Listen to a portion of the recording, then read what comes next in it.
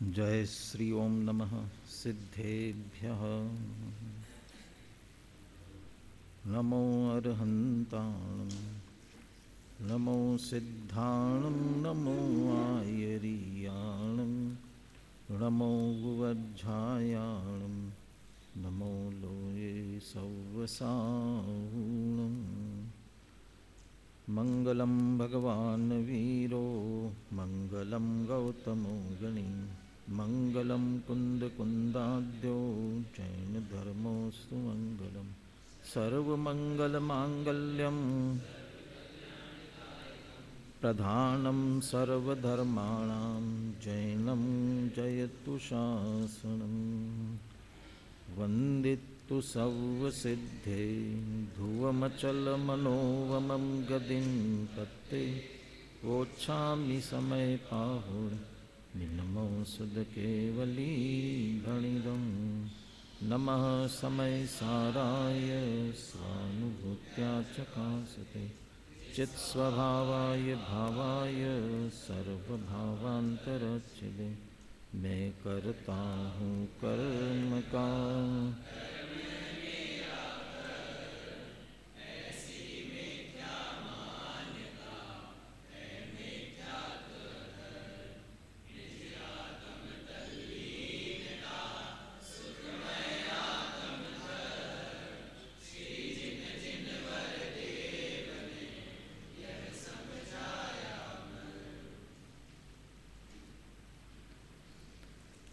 समय सार के कर्ता कर्म अधिकार की 96 नंबर की गाथा पर विचार कर रहे हैं। कर्तृत्व का मूल अज्ञान है और इसका भी उपसंहार है, इसलिए ततः स्थितम कर्तृत्व मूलम अज्ञानम। बोलिए 96 नंबर की गाथा बोलिए।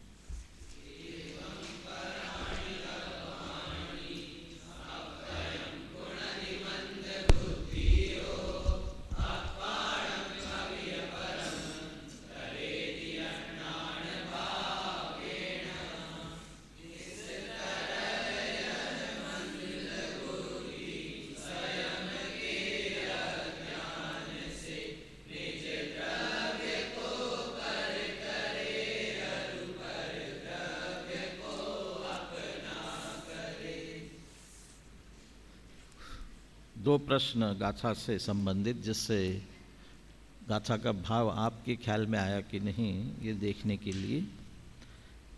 एवं पराणी दव्वाणी, यहाँ पराणी दव्वाणी परद्रव्य कहा, तो ये परद्रव्य से क्या तात्पर्य लेना चाहिए? परद्रव्य बोलो इधर लास्ट। पराणी दव्वाणी परद्रव्य से क्या तात्पर्य लेना? वो तो वहीं लिखा हुआ है, सभी जोड़ने से काम नहीं चलेगा। कौन से सब? और सरल करता हूँ, सब परद्रव्यों को दो में विभाजित किया, वे दो कौन से?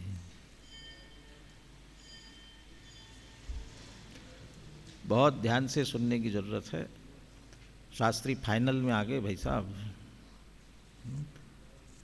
सभी परद्रव्य तो गाथा में लिखा हुआ है। शास्त्री का शास्त्रित्व क्या प्रकट होगा फिर तुम्हारा?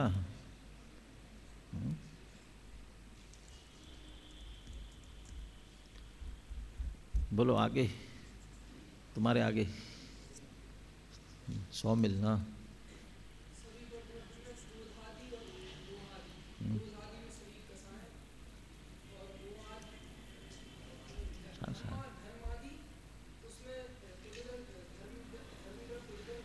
उनको एक विशिष्ट शब्द दिया, नहीं वो तो दृष्टांत है।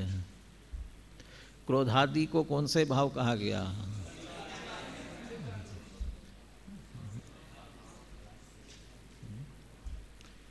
फिर से हाँ, क्रोधादि धर्मादि लिया ये ठीक है।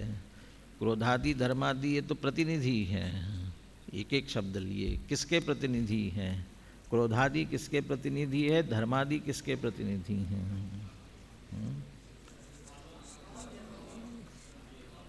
अब आया ख्याल में? तो एक हुआ, अभी तो दूसरा बाकी है। क्रोधादि किसका प्रतिनिधि है?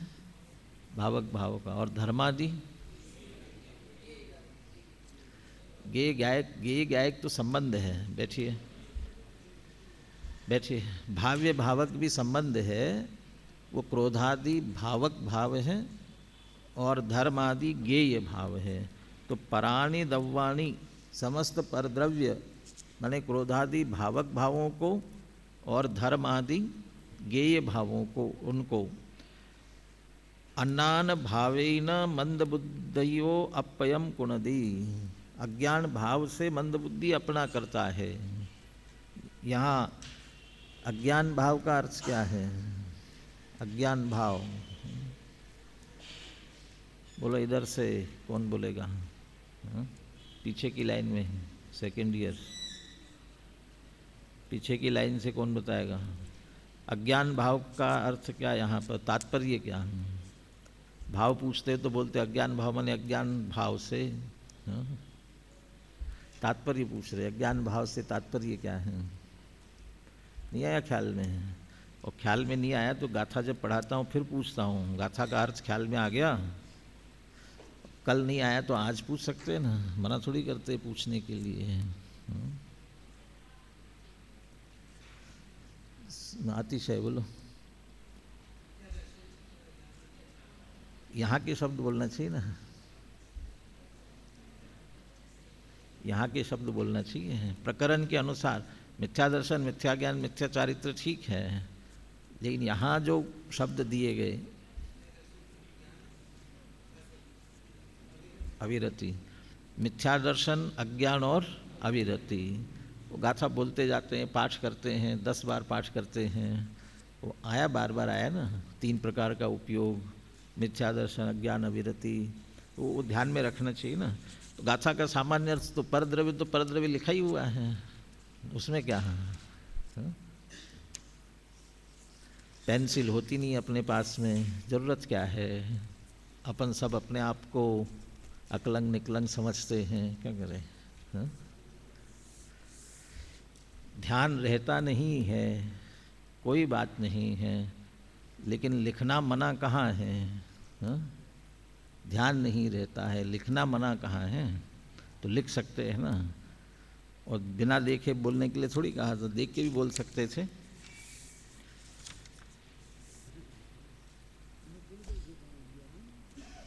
कल टीका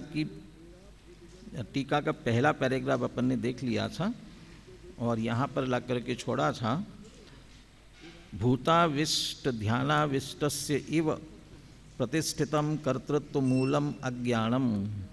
भूताविष्ट और ध्यानाविष्ट की तरह कर्तापने का मूल अज्ञान है। भूताविष्ट और ध्यानाविष्ट, अनुशीलन में 127 पेज पर अंतिम पैराग्राफ।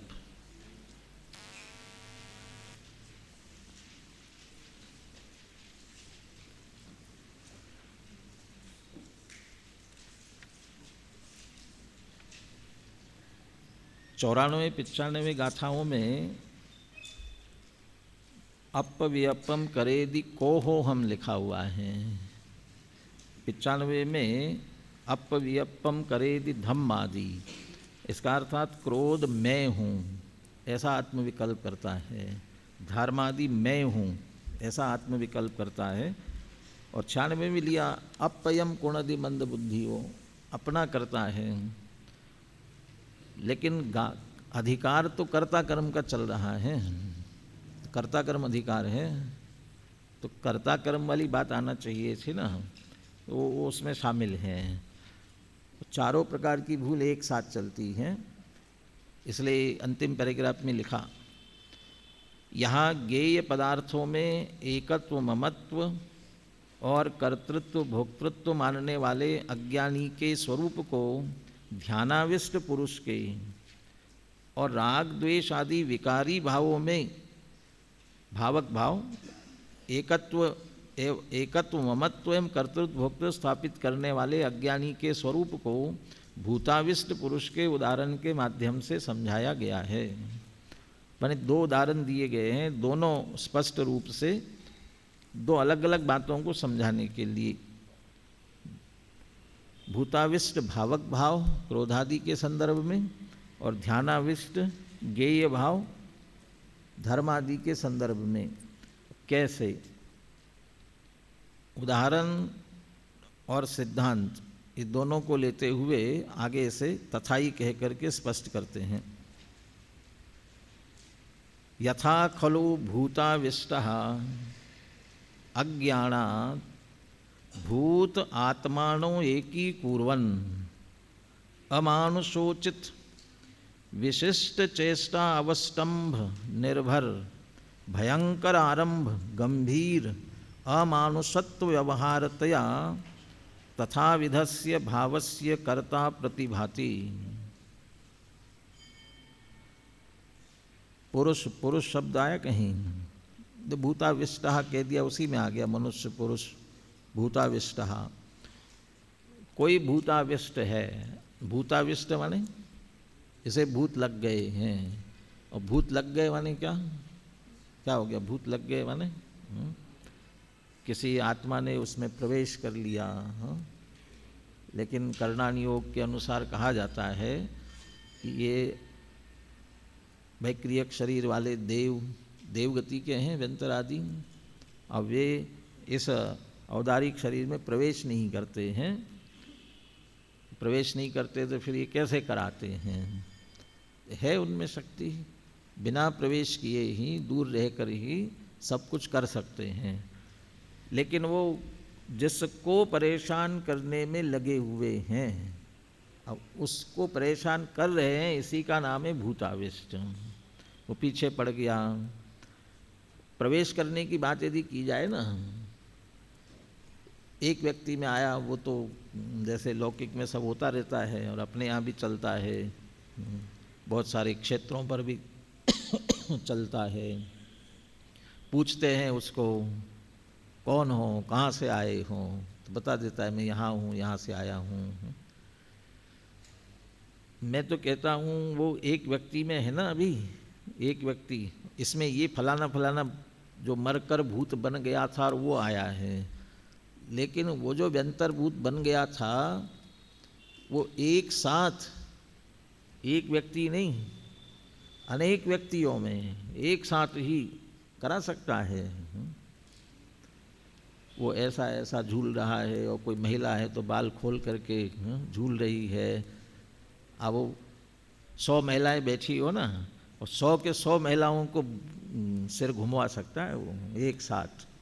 और 100 के 100 को पूछो कौन हो, एक स्वर में उत्तर दे सकते हैं कि तो ये एक बोले ना, इतने सारे कैसे बोल रहे हैं? किसी के शरीर में प्रवेश किया नहीं है उसने, वो है, उस कर सकता है, करा सकता है। तो ये भूतादिक की ऐसी विशेष प्रकार की शक्ति के कारण से ऐसा करते हैं। टोडरमल जी ने कहा कि ये करते हैं ना, तो ये करते हैं तो इनको पूजना चाहिए, नहीं पूजे तो नाराज हो जाते हैं, अब पूजते हैं तो शांत हो जाते हैं। उनने स्पष्ट उत्तर दिया, ये करते नहीं हैं। हमारे पाप का उदय हो तो निमित्त बनते हैं, और हमारे उस प्रकार के पाप का उदय न हो, वे लाख कोशिश करे। और लौकिक भाषा में जिसे कहता है कि 100 मूड़ के हो जाओ, वो तो एक साथ हो सकता है 100 मूड़ का, तो क्या 1000 मूड़ का हो सकता है। 100 सिर के हो जाओ तो भी नहीं कर सकता ना। उसके पाप का उदय न हो, उसके पुण्य का उदय चल रहा हो, कुछ से नहीं कर सकता। किसी ने सिद्ध कर लिया हो, किसी ने सिद्ध कर लेते हैं ना, वश कर लेते हैं, वश करते हैं तो जाओ ऐसा करो, ये करो, उसे कराते रहते हैं। वो करवाए ना, ये करे, जाओ इसके साथ ऐसा करके आओ, जाएगा, वापस आएगा कि नहीं कर सकता। क्यों नहीं कर सकते हो? तुम्हारे में सब ताकत होना चाहिए कि नहीं, उस पर नहीं चल सकता है। उसके पुण्य का उदय, वो धर्मात्मा, उस पर नहीं चल सकता। लेकिन पाप के उदय के अनुसार ही होता है। और वो उसमें भी जिससे जो दादा एक उदाहरण देते हैं ना, वो उन्हीं की भाषा में कहे दो भाई थे और एक चबूतरा बना हुआ था। एक भाई उस चबूतरे को पूछता था घबरा घबरा करके भी ये कोई अनिष्ट नहीं करे, अनिष्ट नहीं करे, और दूसरा लघु शंका कर देता था जा कर के वहीं। और कुछ दिनों के बाद में वो कोई व्यंतर आदि जो कुछ भी होगा वो परेशान करने लग गया। ये किसको परेशान करने लग गया? जो पूजता था उसको तो नहीं करना चाहिए ना, वो पूजता है वो, ये नहीं, वो पूजने वाले को परेशान करने लग गया। लघु शंका करने वाले को नहीं करता था। अब बताओ उसको क्यों नहीं कर रहा है, उसको क्यों कर रहा है? गलत काम तो वो कर रहा है, उसके पाप का उदय, उसके पुण्य का उदय चल रहा है तो नहीं कर पाएगा। और लौकिक दृष्टि से ये भी समझे, जिसका विल पावर मजबूत होगा उसको नहीं कर पाएगा, और जो ढीला ढाला होगा वो बस वश हो गया है ना, वो भूल करके ही वो उसको परेशान करता है। भूताविष्ट का मतलब भूत कोई निमित्त नैमित्तिक संबंध से उसके पाप के उदय के कारण से जिसे परेशान कर रहा है उसी को कहते हैं भूत से आविष्ट हो गया। प्रविष्ट नहीं लिखा है, भूत प्रविष्ट नहीं, भूत से आविष्ट हो गया, बाधित हो गया, भूत की बाधा हो गई, उसे बाधित कर रहा है ऐसा कोई अब पुरुष। अब वो जो काम कर रहा है वो काम कैसे कैसे कर रहा है? अमानुषोचित, मनुष्य एक सामान्य मनुष्य के लिए उचित माने समर्थ शक्य ही नहीं है, ऐसे ऐसे काम कर रहा है। कभी बातें करने बैठ जाओ ना इस संबंध में, कितनी रातें निकल जाएगी पता नहीं चलेगा, और इतनी किस्से निकल आएंगे। इस गांव में ऐसा हुआ था, उस गांव में ऐसा हुआ था, एक बार ऐसा हुआ, वो एक बार ऐसा हुआ, पता नहीं सच्ची होती कि नहीं होती पता नहीं है, लेकिन किंवदंतियाँ बहुत चलती रहती हैं। उस किंवदंतियों में बहुत सारी बातें होती हैं। कैसा कैसा अमानुषिक मनुष्य के लिए संभव नहीं है। आकर के ये खंबा कोई उखाड़े, करे हिम्मत, कोशिश करे, कोई भी मनुष्य आकर के, कोई गामा पहलवान जैसा आकर के करे, कोई मनुष्य नहीं कर सकता। ऐसे काम को आकर के वो व्यक्ति जो भूताविष्ट हो गया है वो आकर के और हिला लेता है, उठा लेता है, तोड़ देता है, करता है ऐसा। पेड़ उखाड़ दे जिस संभव नहीं, बहुत सारे ऐसे अमनुसूचित कार्य करता है। बहुत बार ऐसा सुना कि खाना खाता जाता है, खाता जाता है, खाता जाता है, पता नहीं 100 रोटियां खा जाए तो ही पता नहीं चले। ये मनुष्य खा ही नहीं सकता है, वो खाता जाए। बहुत सारे ऐसे काम सामान्य मनुष्य के लिए संभव नहीं है, वो करता है। अभी वो कहा मैं ऐसा करता हूँ, वो मनुष्य कह रहा हो तो क्या सचमुच पे मनुष्य कर रहा है क्या? ये मनुष्य नहीं कर रहा है। फिर भी उस समय चूंकि आविष्ट, भूत से आविष्ट होने के कारण से भूत को और अपने को एक में एक मानता हुआ जो वह कार्य करता है उस प्रकार के कार्य का कर्ता वो अपने को मानता है, मैं कर रहा हूं ऐसा। कदाचित वो तो भूताविष्ट ही है, वो न भी माने, दुनिया तो ऐसे ही मानती है ये कर रहा है, इसने किया ऐसा, इसने किया ऐसा, भूताविष्ट होने के कारण से भी। लेकिन वो भूत और दोनों को एक मानते हुए, उसी को यहाँ स्पष्ट किया, यथा कलो भूताविष्टो अज्ञानात भूत आत्मानो एक ही कुर्वन्। उस समय भूल गया मैं कौन हूँ, मैं मनुष्य हूँ, ये भूल गया। और अज्ञान से भूत और आत्मा, या आत्मा का अर्थ आत्मा से नहीं है, मनुष्य से, अपने को, स्वयं को। वो जो मनुष्य है वह मनुष्य उस भूत को और अपने को एक ही कुर्वन्, एक करता हुआ, अमानुषोचित विशिष्ट चेष्टा अवस्टम्भ निर्भर। मनुष्य के लिए संभव ही नहीं है ऐसे विशेष अनेक अनेक प्रकार की चेष्टाएं उससे भरा हुआ, उनका अवलंबन लेते हुए कैसे निर्भर भयंकर आरंभ, उससे भरे हुए भयंकर आरंभ, बहुत सारे ऐसे कार्य, उठापटक करना, ये सभी आरंभ कहा उनको, वो सभी गंभीर अमानुष व्यवहारतया, वो मनुष्य का व्यवहार नहीं है, अमानुषिक व्यवहार करता, अमानुष व्यवहारतया तथा विधस्य भावस्य कर्ता प्रतिभाति। उस समय उस प्रकार के भाव का कर्ता वो मनुष्य ही प्रतिभासित होता है, दिखाई देता है। क्योंकि उस समय दोनों एक में एक हुए भाषित हो रहे हैं अज्ञान के कारण से। अब इसका सिद्धांत, तथा अयम आत्मा अपि अज्ञानात् एव भाव्य भावकौ परात्मनौ एकीकुर्वन् अविकार अनुभूति मात्र भावक अनुचित विचित्र भाव्य क्रोधादि विकार करम्बित चैतन्य परिणाम विकारतया तथा विधस्य भावस्य कर्ता प्रतिभाति।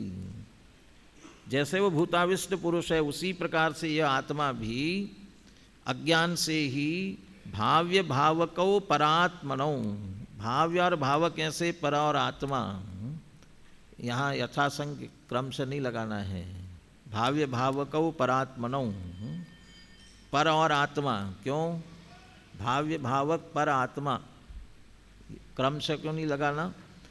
क्योंकि भाव्य भावक पर आत्मा यदि लगाएंगे तो भाव्य हो जाएगा पर और भावक हो जाएगा आत्मा।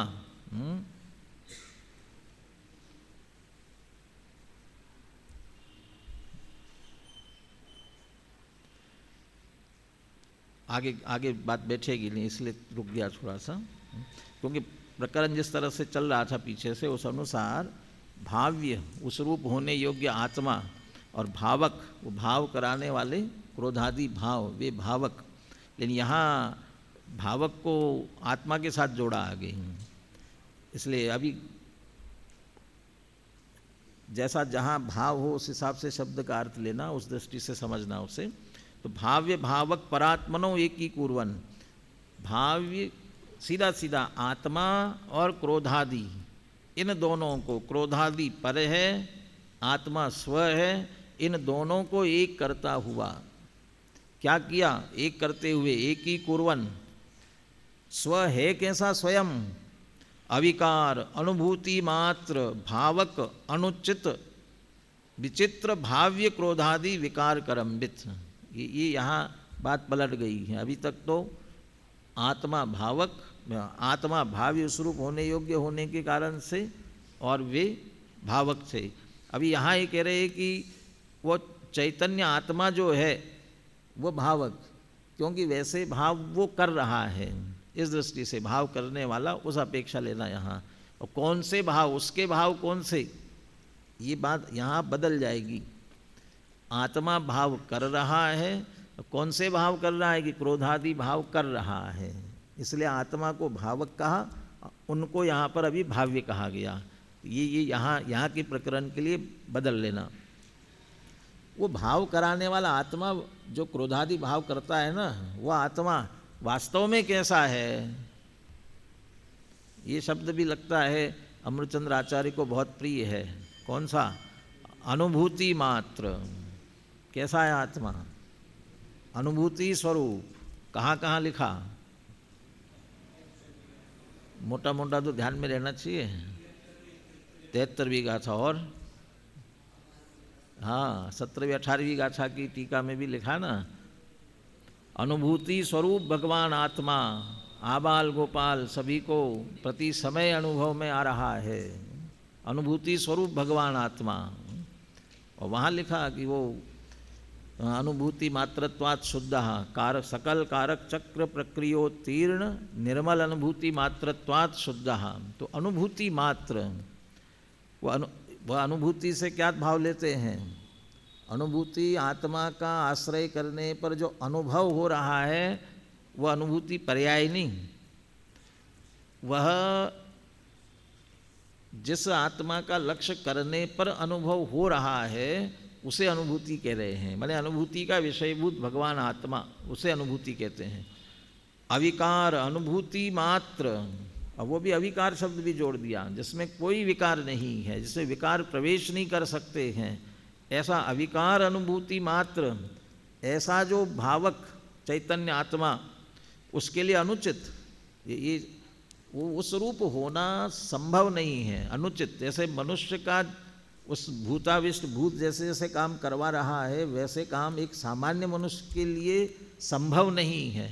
ऐसे ही वैसे तो अनुचित शब्द का प्रयोग किया, संभव नहीं है तो आत्मा में हो तो रहे हैं, जब वो मनुष्य को संभव नहीं है उस समय तो मनुष्य कर ही रहा है, तो कदाचित उसके कारण संभव कह दो, लेकिन अभी अपन ले उसको उचित नहीं है। ये करना ठीक है क्या? गलत काम कर रहा हो, भूताविष्ट हो करके गलत काम कर रहा हो तो उचित नहीं है। ऐसे ही वे अज्ञान से क्रोधादि, जो जड़ कर्म में क्रोध का उदय आया है, उसमें जो क्रोध का फल, क्रोध का अनुभाग आया है, वो चैतन्य में झलक रहा है। उस समय मैं क्रोध रूप हो गया हूँ, उस रूप हो गया हूँ। ये जो दोनों को एक में करके मान रहा है, अपने को क्रोधी समझ रहा है, ये उचित नहीं है आत्मा के लिए। वो तो निर्मल शुद्ध चैतन्य अनुभूति मात्र है। तो उसके लिए अविकार अनुभूति मात्र भावक अनुचित, उसके लिए उचित नहीं है कि ऐसा करे। लोक में कोई कुलीन अच्छे कुल का पुत्र व्यक्ति हो और गलत काम कर रहा हो तो उसे हमेशा यही कहते हैं कि भैया तुम्हारे कुल के लिए शोभा नहीं देता है, तुम अच्छे कुल के व्यक्ति हो और तुम्हें ये शोभा नहीं देता है। ऐसा याद अनुभूति मात्र चैतन्य स्वरूप आत्मा, उसे ये अनुचित है। कौन? विचित्र भाव्य क्रोधादि विकार, अकेला वो नहीं, विचित्र भाव्य क्रोधादि विकार करम्बित चैतन्य परिणाम विकार। चैतन्य परिणाम में जो विकृति आ रही है, किसके कारण से? अनेक प्रकार के जो भाव्य क्रोधादि है उनके विकार से करम्बित, मिला जुला मिश्रित, एक में हो करके जो चैतन्य परिणाम में विकार खड़ा कर रहे हैं, वो चैतन्य परिणाम का विकार कर रहे हैं। तथा विदस्य भावस्य कर्ता प्रतिभाति, उस समय वो उस प्रकार के भाव का करता है, क्योंकि अज्ञान से उसने अपने आप को मैं उस रूप हो गया, अपने आप को उस रूप कर लिया, इसलिए उस समय उस भाव का कर्ता कहा गया है। क्रोधादि मोहादि इनको भूत की उपमा अनेकों जगह दी है। मोह के लिए तो दिया ही दिया है, मोह के लिए भूत की उपमा कहाँ दी? चौथी गाथा की टीका में शुद्ध परिचिदानुभूता सर्वस्वी काम भोग बंद कहा, वो उसकी व्याख्या में लिखा। अमृतचंद्र आचार्य ने विचित्र जीवलोक का वर्णन किया, कैसा विचित्र ये जीवलोक है। वो उसमें वो चतुर्गति परिभ्रमण कर रहा है, संसार के मध्य में पड़ा हुआ है, और मोह रूपी पिशाच जिसके पास बैल की भांति भार वहन कराता है ना, मोह रूपी पिशाच बैल की भांति भार वहन कराता है। ये मोह, कोई व्यक्ति व्यापार धंधे में किसी काम में ऐसे जुट जाता है, किसी एक माने एक बात के पीछे जैसे पागल हो जाता है, तो वहाँ सब लोग में भी ये कहा जाता है ये इसको तो इस बात का भूत लग गया है, अब तो ये काम करके ही छोड़ेगा, इसके दिमाग में ये भूत भर गया है, अब ये काम ये करेगा। यानी ये इस प्रकार के मोहादि को भूत कहने की पद्धति है, इसलिए यहाँ वह मोहादि भावक भावों को समझाने के लिए भूताविष्ट का उदाहरण दिया। अब दूसरा, गेय भावों से एक में एक पना कैसा महसूस होता है, कैसा महसूस करते हैं अज्ञान के कारण से। यथावा, दूसरी बात लेनी तो इसलिए यथावा, और अपरीक्षक आचार्य आदेशेन मुग्धः कश्चिन महिष ध्यानाविष्टा अज्ञानात् महिष आत्मानो एकीकुर्वन् आत्मनि अभ्रंकश विषान महामहिषत्व अध्यासात् प्रच्युत मानुषोचित अपवरक द्वार विनिस्सरणतया तथा विधस्य भावस्य कर्ता प्रतिभाति। दूसरा दृष्टांत लेते हैं, कोई भैंसे का ध्यान कर रहा है, भैंसे का ध्यान कर रहा है। अब कह रहे भैंसे का ध्यान किस लिए कर रहा है भाई? भैंसे का ध्यान करने के लिए कौन कहता है? दो ही बातें कही जाती है, यदि ध्यान ही करना है तो दो ही बातें कहते हैं, या तो भगवान का ध्यान करो या अपनी आत्मा का ध्यान करो। ये अलग बात है कि भगवान जिन जिन के जो होंगे उनका ध्यान करने के लिए कहा जाएगा। लोक में अन्य मतों में ये कहा जाता है जो काम करना हो ना उसका ध्यान करो। बरसात नहीं हो रही है, कौन से भगवान का ध्यान करना चाहिए? इंद्रदेव का ध्यान करना चाहिए। वो ऐसा लोक में माना जाता है ना, जो काम करने हो वो उनके अलग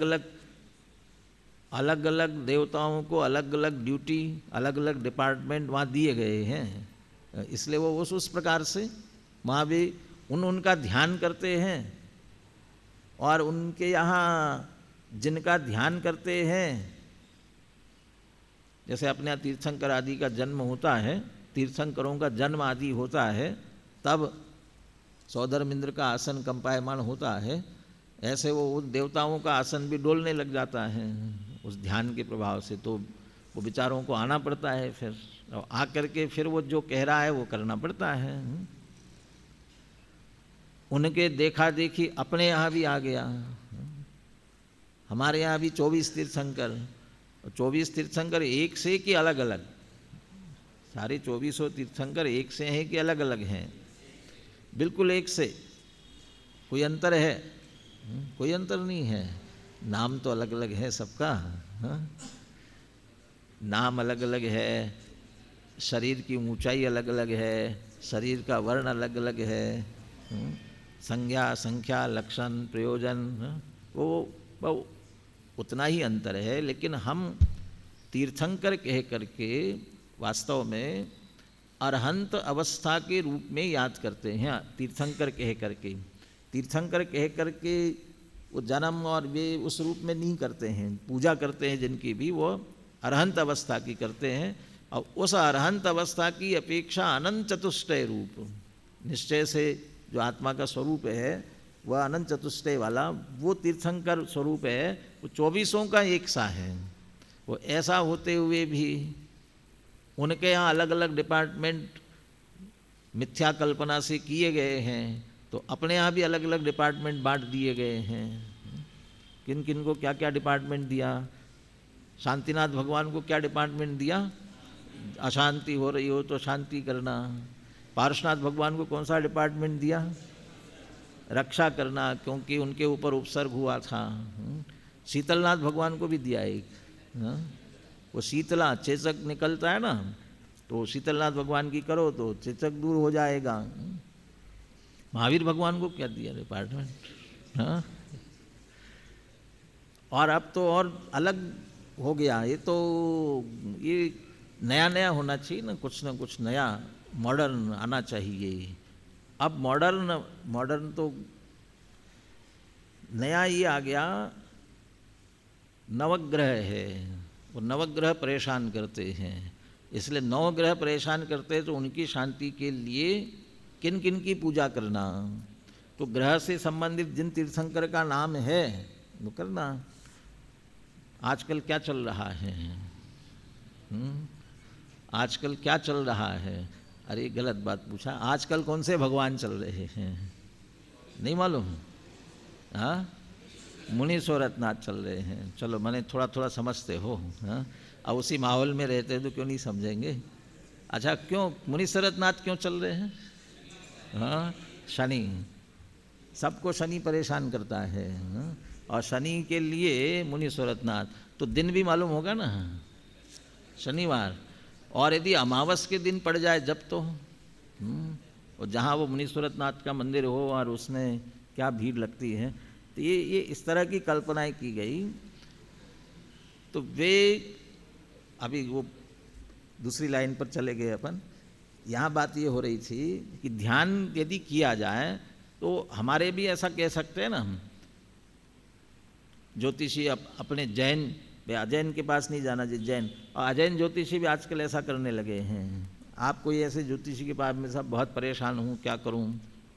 कौन हो? कि जैन हो। अच्छा, जैन हो तो तुम क्या परेशानी हो रही है? ये परेशान करता है, तो पार्श्वनाथ भगवान का ध्यान करो तुम, ये इसकी माला जपो।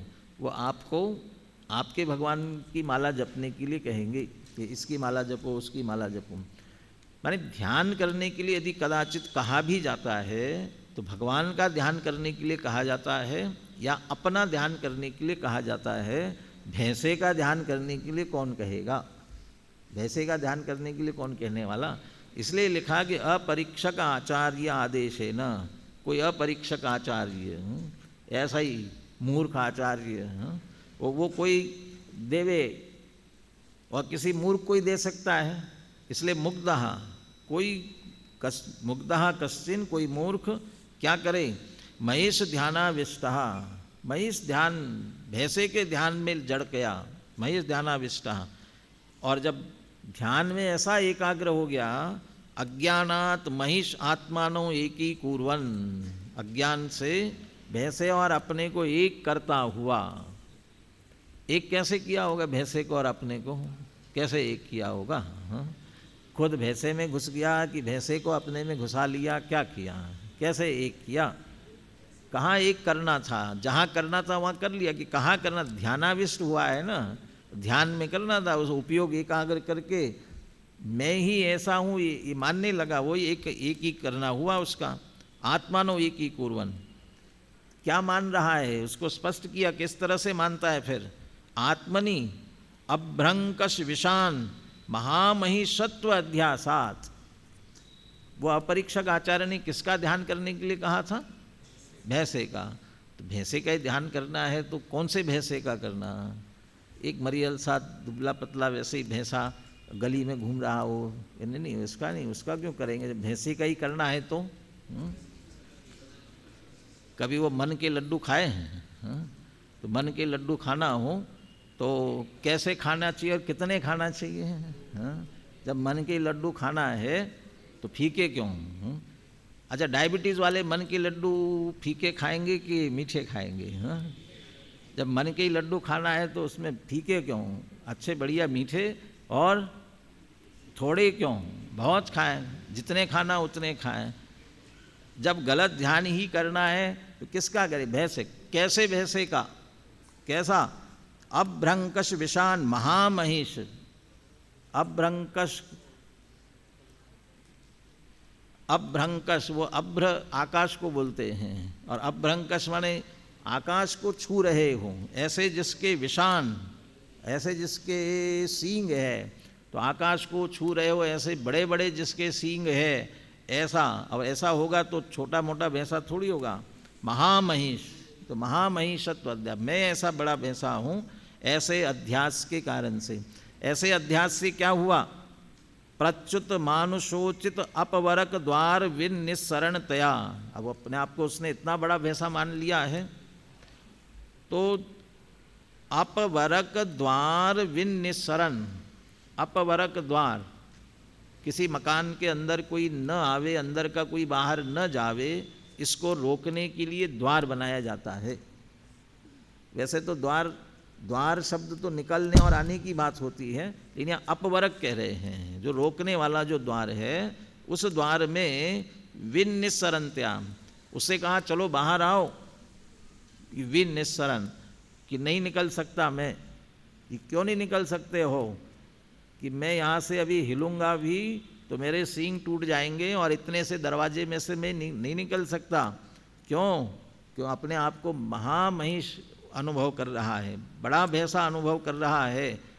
तो मानुषोचित अपवरक द्वार विनिस्सरणतया, वह जो मनुष्य जिसमें से, जिस दरवाजे में से निकल सकता है, उस दरवाजे में से मानुषोचित, मनुष्य तो निकल सकता है, लेकिन उससे प्रच्युत, वो नहीं निकल रहा है, उससे च्युत हो रहा है कि नहीं मैं नहीं निकल सकता, ऐसा मान रहा है।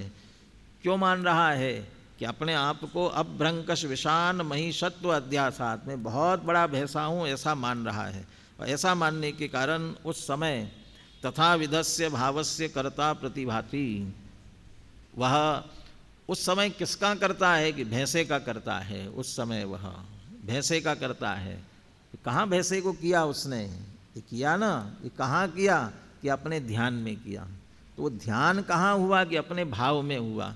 इसलिए वह उस समय उस प्रकार के भाव का करता है।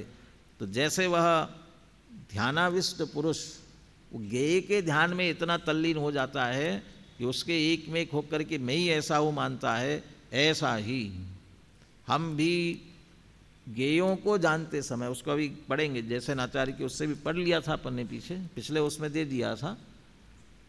वो गेय के विचार के समय मैं शुद्ध आत्मा हूँ ये भूल जाते हैं, इसका निर्णय नहीं है। और जिस गेय के जानने में विचार एकाग्र हो जाता है, उससे तन्मय हो जाता है, उस रूप अपने को अनुभव करने लगता है। इसलिए ध्यानाविष्ट का उदाहरण दिया। ध्यानाविष्ट में मैं ऐसा हूँ ऐसा ध्यान कर रहा है, ये तो उदाहरण दिया। परंतु मैं हूँ ऐसा नहीं, धर्म अधर्म आकाश काल, मैं धर्म हूँ ऐसा अनुभव करने की जरूरत नहीं है। अनुभव नहीं करते हुए भी मैं चैतन्य स्वरूप आत्मा हूँ ये नहीं जानते हैं, और धर्म द्रव्य के जानने में अटक गए।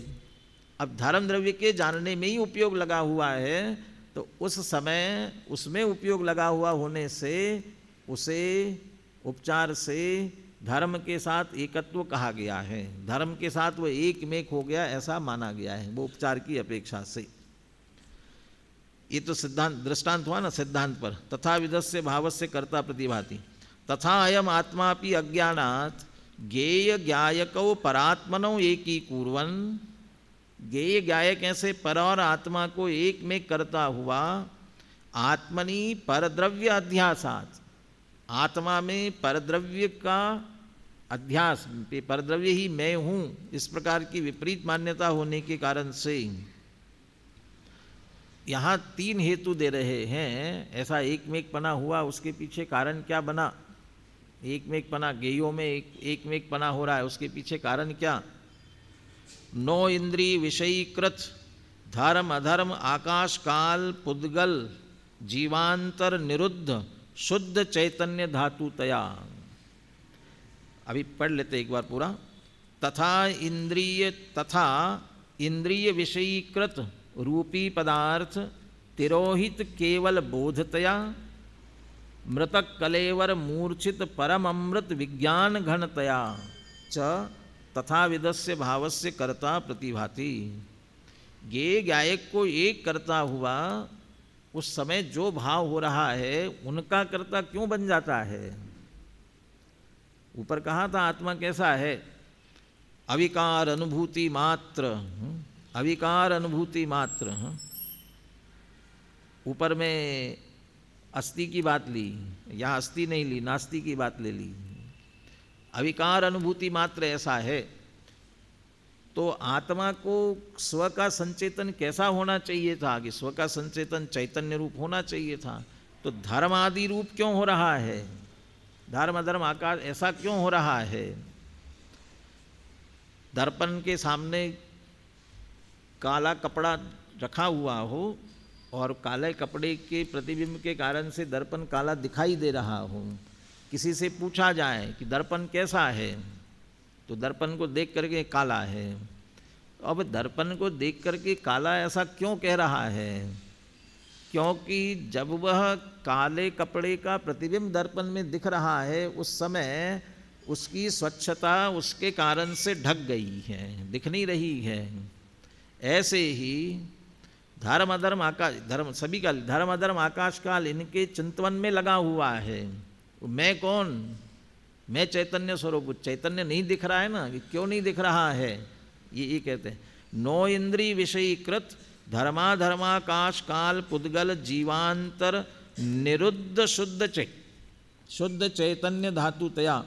शुद्ध चैतन्य धातु स्वरूप है, जानन जानन स्वभाव है, लेकिन वह निरुद्ध, ढक गया, रुक गया। कि किसके कारण से? नो इंद्रिय के विषय। नो इंद्रिय क्या होता है? नो इंद्रिय मन, मन का विषय। क्योंकि धर्म अधर्म आकाश इन सबको लेना था ना, ये कोई आँखों से तो दिखाई नहीं देंगे, तो इसलिए मन के विषय किए गए। मन से चिंतन चल रहा है जिनका, मन का विषय बनाया गया। तो अब पुद्गल का तो हो सकता था ना, तो पुद्गल को भी अकेले आँखों से ही देखते ऐसा नहीं है। यह जीव अनादि काल से कर्मों से बंधा है। किससे बंधा? कर्मों से बंधा। प्रवचन सार में भी चलेगी चर्चा, बंधन कैसे होता है। ये सब हम जानेंगे ना। किससे जानेंगे?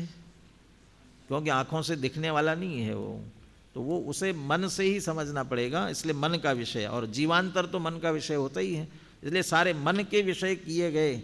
मन के विषय बनाने पर विषयीकृत निरुद्ध शुद्ध चैतन्य धातु त्रया, इसके कारण से शुद्ध चैतन्य धातु व्यक्ति नहीं हो रही, रुक गई, दिखाई नहीं दे रही है, इसलिए उनमें एकत्व करता है। दूसरा, तुम तो ऐसा इतने से कहाँ रुक जाएगा, केवल ज्ञान स्वभाव है पूरा का पूरा। कह रहे इंद्रिय विषयीकृत रूपी पदार्थ तिरोहित केवल बोधतया, ज्ञान ज्ञान मात्र है, लेकिन इंद्रियों के विषय जो रूपी पदार्थ उनके कारण से वो ज्ञान मात्र स्वभाव है, लेकिन वो स्वभाव भी ढक गया, अपने आप को काला गोरा पीला नीला मान रहा है ना, जैसा भी दुबला पतला छोटा मोटा जो मान रहा है, ये इंद्रिय विषयीकृत रूपी पदार्थ इनके कारण से मात्र ज्ञान स्वभाव, लेकिन वह भी ढक गया, तिरोहित हो गया। और ये सब का असली कारण है मृतक कलेवर मूर्छित परम अमृत विज्ञान घनतया। परम अमृत विज्ञान घन स्वरूपी आत्मा है, लेकिन मूर्छित हो गया। मूर्छित हो गया, मूर्छा किसे कहते हैं? मूर्छा तो ममत्व परिणाम, ममत्व परिणाम, मेरा, मैं ऐसा किया कि किसमें? मृतक कलेवर में। ये मृतक कलेवर में अमृत विज्ञान घन स्वरूप आत्मा एक में एक मूर्छित हो रहा है, मूर्छित हो रहा है, यही मैं हूं ऐसा मान रहा है। या जो मृतक कलेवर कहा वो किसको कहा? किसी मरे हुए मुर्दे को कह रहे हैं। किसी मरे हुए मुर्दे में ये मैं ऐसा नहीं करता है, तो किस में करता है? जिस देह में अभी रह रहा है उसको कहता है, उसमें मूर्छित ये मैं ऐसा जो मान रहा है, तो ये तो जीवित है, मृतक कहाँ है? जीवित है ये तो। हाँ, ये जीवित तो हमारे जीव के कारण से है। हमारे जीव को अलग करके देखो तो ये कैसा है? ये मृतक कह रहे हैं। मरने के बाद तो मृतक है ही, लेकिन अभी भी कैसा है कि मृतक है। और इसी प्रकार का प्रयोग अष्टबाहुड़ में किया। चलता फिरता शव कहा मिथ्या दृष्टि को, चलता फिरता शव। क्यों कह रहे चलता फिरता शव? चलता फिरता भी कह रहे हो, शव कह रहे, ऐसा क्यों कह रहे हो? क्योंकि वो मैं आत्मा हूँ ये तो जानता ही नहीं ना, ज्ञान स्वरूप आत्मा हूँ ये जानता ही नहीं है, मानता ही नहीं है। अकेली देह मैं हूँ ऐसा ही मान रहा है। और देह क्या है? जैसे अलग पड़ी हुई देह है, अब ऐसे ये देह है। देह में तो कोई अंतर नहीं है। उस मरे हुए देह में, मृतक में और इस देह में अंतर क्या है कि साहब मृतक ये जीवित है, तो वो मृतक ये जीवित क्यों है? क्योंकि इसमें जानने देखने के स्वभाव वाला जीव है, इसलिए जीवित है। तो जानने देखने वाला जीव है इसलिए जीवित है, तो अपने को जीव रूप मानो ना, कि जीव रूप मानते ही नहीं बिल्कुल, तो किस रूप मानते हैं? देह रूप मानते हैं। तो वो देह तो वैसी है जैसी मृतक है वैसी, इसलिए उसको कहा कि मैं देह रूप ही मानकर सारा कार्य कर रहा हूँ। कहते चलता फिरता शव है, तो उसी रूप अपने आप को मान रहा है। ऐसे मृतक कलेवर मूर्छित, माने देह में मूर्छित होने को या मृतक कलेवर में मूर्छित होना कह रहे हैं। और मूल में आत्मा कैसा है? परम अमृत विज्ञान घनतया, माने देह में एकत्व बुद्धि, देह और इंद्रियों और मन के विषय किए गए अन्य पदार्थों में ऐसा अटक जाना, जिसके कारण से चैतन्य जो स्वरूप है वो बिल्कुल ढक जाना, इसके कारण से ज्ञेय भावों के साथ एकत्व होकर के तथा विधस्य भावस्य कर्ता प्रतिभाति, उस प्रकार के भाव का वह कर्ता प्रतिभासित होता है। ध्यानाविष्ट पुरुष की तरह, जैसे ध्यानाविष्ट उस समय अपने आप को बिल्कुल वैसा ही मान रहा है, ऐसा ही हम देहादि में ऐसे एक में खो रहे हैं, उसके कारण से हम बिल्कुल वैसे ही मान रहे हैं। तो उस समय देहादि के कर्ता तो हो जाएंगे ना, हम देहादि के नहीं होंगे। देहादि मैं हूँ ऐसा जो हमारा भाव चल रहा है, वो अपने भाव के ही हम कर्ता बनते हैं। अनुशीलन को जरूर आप पढ़ें और उसके माध्यम से विशेष भाव जो है ध्यान में ले। एक दो प्रश्न उसमें जैसे आचार्य का उद्धरण भी दिया हुआ है, उतनी चर्चा करके इस गाथा की चर्चा पूरी करेंगे।